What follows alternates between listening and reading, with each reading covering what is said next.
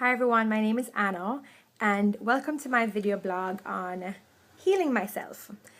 Healing myself from what? Well, I have a condition called interstitial cystitis, and whereas I have suffered from quite a few other conditions, this one has pretty much taken over my life.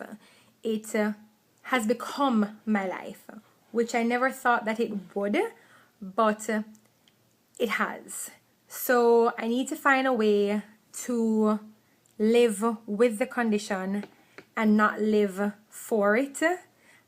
So I'm going to start trying out a couple of natural stuff to try and heal myself, and I'm hoping they will work. But this is essentially my journey on trying to find what will work. I'll be reporting to you guys to tell you how I'm going, how it's going, what I'm doing. Hopefully you guys will motivate me when the days get hard, because I know there are going to be a lot of difficult days, and hopefully this will be an inspiration to somebody else who is suffering from the same chronic condition, or to someone else who might have a chronic condition and they feel like it runs their life as well, because people don't like to talk about these things, and I just hope that this will kind of make everybody a little bit more aware that these things do exist, first of all, and that you're not alone, because it can be a very isolating disease. To give you some background very quickly, I have always had some kind of health issues. Started when I was about 6. I started to have some pains throughout my body. They were quite excruciating. Was diagnosed with rheumatic fever. When my parents were told that I had to have injections for the rest of my life, they got a second opinion, and the second opinion ruled out rheumatic fever and gave me the diagnosis of Osgood-Schlatter's disease, which is essentially growing pains. To my surprise, at the age of 16, when I finished growing, the pains were not just there, they were worse, and I started to have more symptoms. The symptoms kind of matched up with a lupus diagnosis, and my grandmother had been suspected to have lupus, but never diagnosed either. And even though it never ever showed up in my blood work, I was given that diagnosis. It later changed to a diagnosis of mixed connective tissue disease and then connective tissue disease.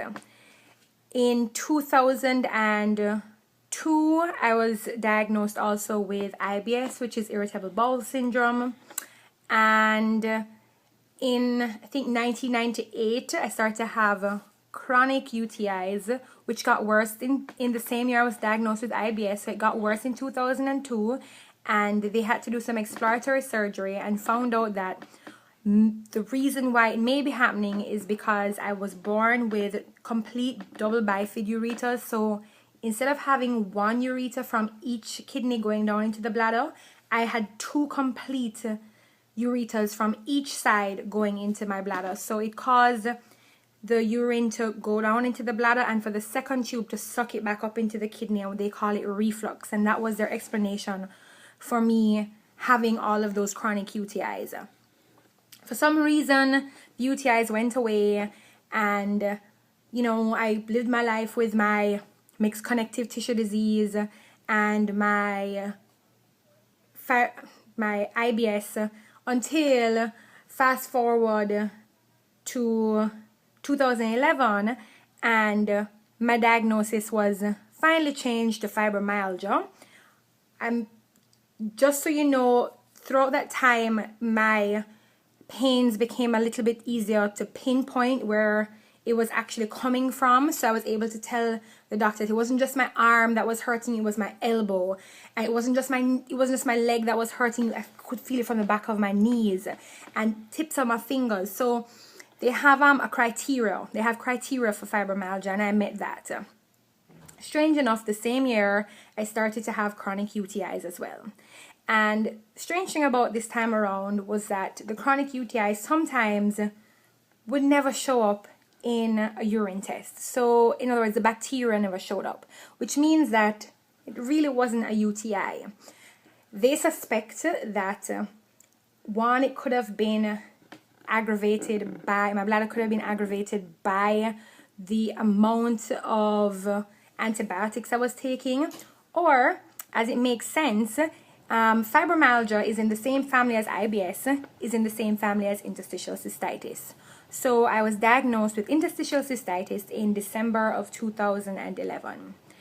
Ever since my diagnosis with interstitial cystitis, my life has kind of been a roller coaster, mostly spiraling down, because whereas I'm able to control and live my life, not normally, but normal for what I know with my IBS and my fibromyalgia, especially because I've been having the pains for so long, I have not been able to manage my interstitial cystitis like that.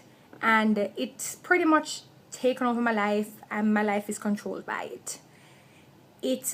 Interstitial cystitis is essentially an acidic bladder. You feel, or it's a painful bladder syndrome, that's another word for it. You basically feel like you have a constant UTI. Anybody who has had that knows that there is the pains of a burning sensation. You feel like somebody's scraping the inside of your bladder with a razor, or a million needles are sticking you inside. When my bladder isn't in pain, there's a constant pressure, and it may sound strange, but I'm always aware that I have a bladder.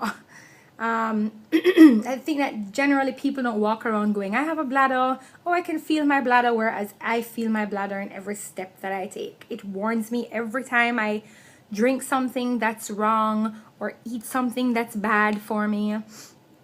Whenever I get stressed out, it reminds me that you're not supposed to be stressed out because this will flare your bladder. So it affects my life on a day-to-day basis.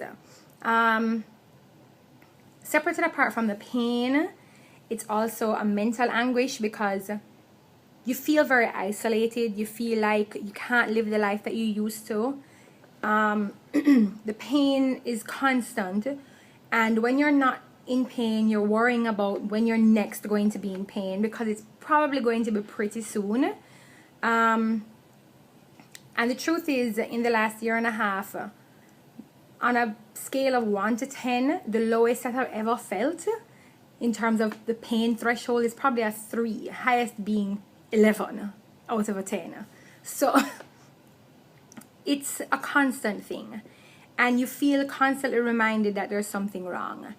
I can't do the stuff that my friends do because so many things affect me. I can't go out and party because if I don't get enough sleep, it will affect my fibromyalgia, which will affect my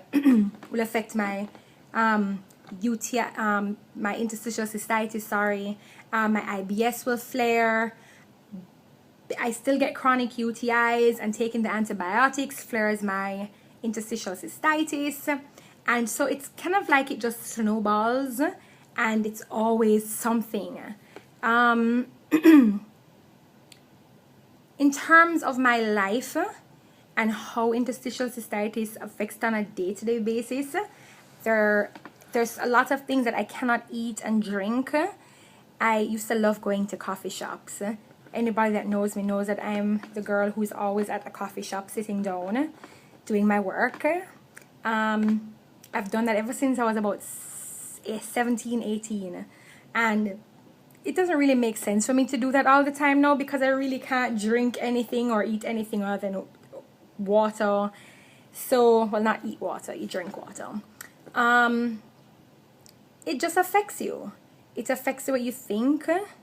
It affects the clothes that you wear, because if you wear clothes that are too tight, you know, on the days you're having a flare, it can really affect your bladder. I planned my wedding dress around my IC, thinking that if my bladder was hurting me that day, I would not want to be in the dress that I would probably want to go into instead.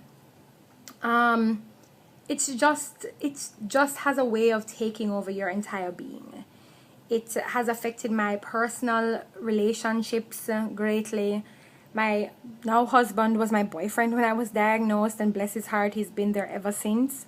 But it's a lot of work to be with somebody who is constantly in pain. There are days when I can't sleep in the same bed as him because my bladder just hurts me way too much. There are days when I just want to be left alone because I'm just in so much pain. There are days that I'd rather be doing something fun with him, but I'm stuck at home in bed with a hot water bottle on my bladder or on my stomach so that my bladder doesn't hurt me.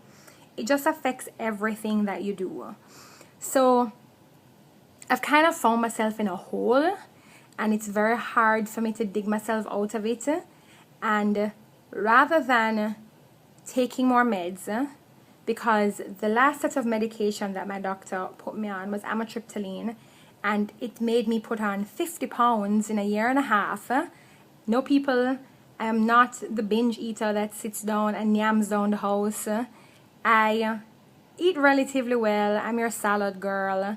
Not to say I don't have something every now and again, but 50 pounds in a year and a half is just so ridiculous. And I was told it was the amitriptyline. Doctors say it essentially kills your metabolism. And having worked so hard to lose weight before, this has really affected me again.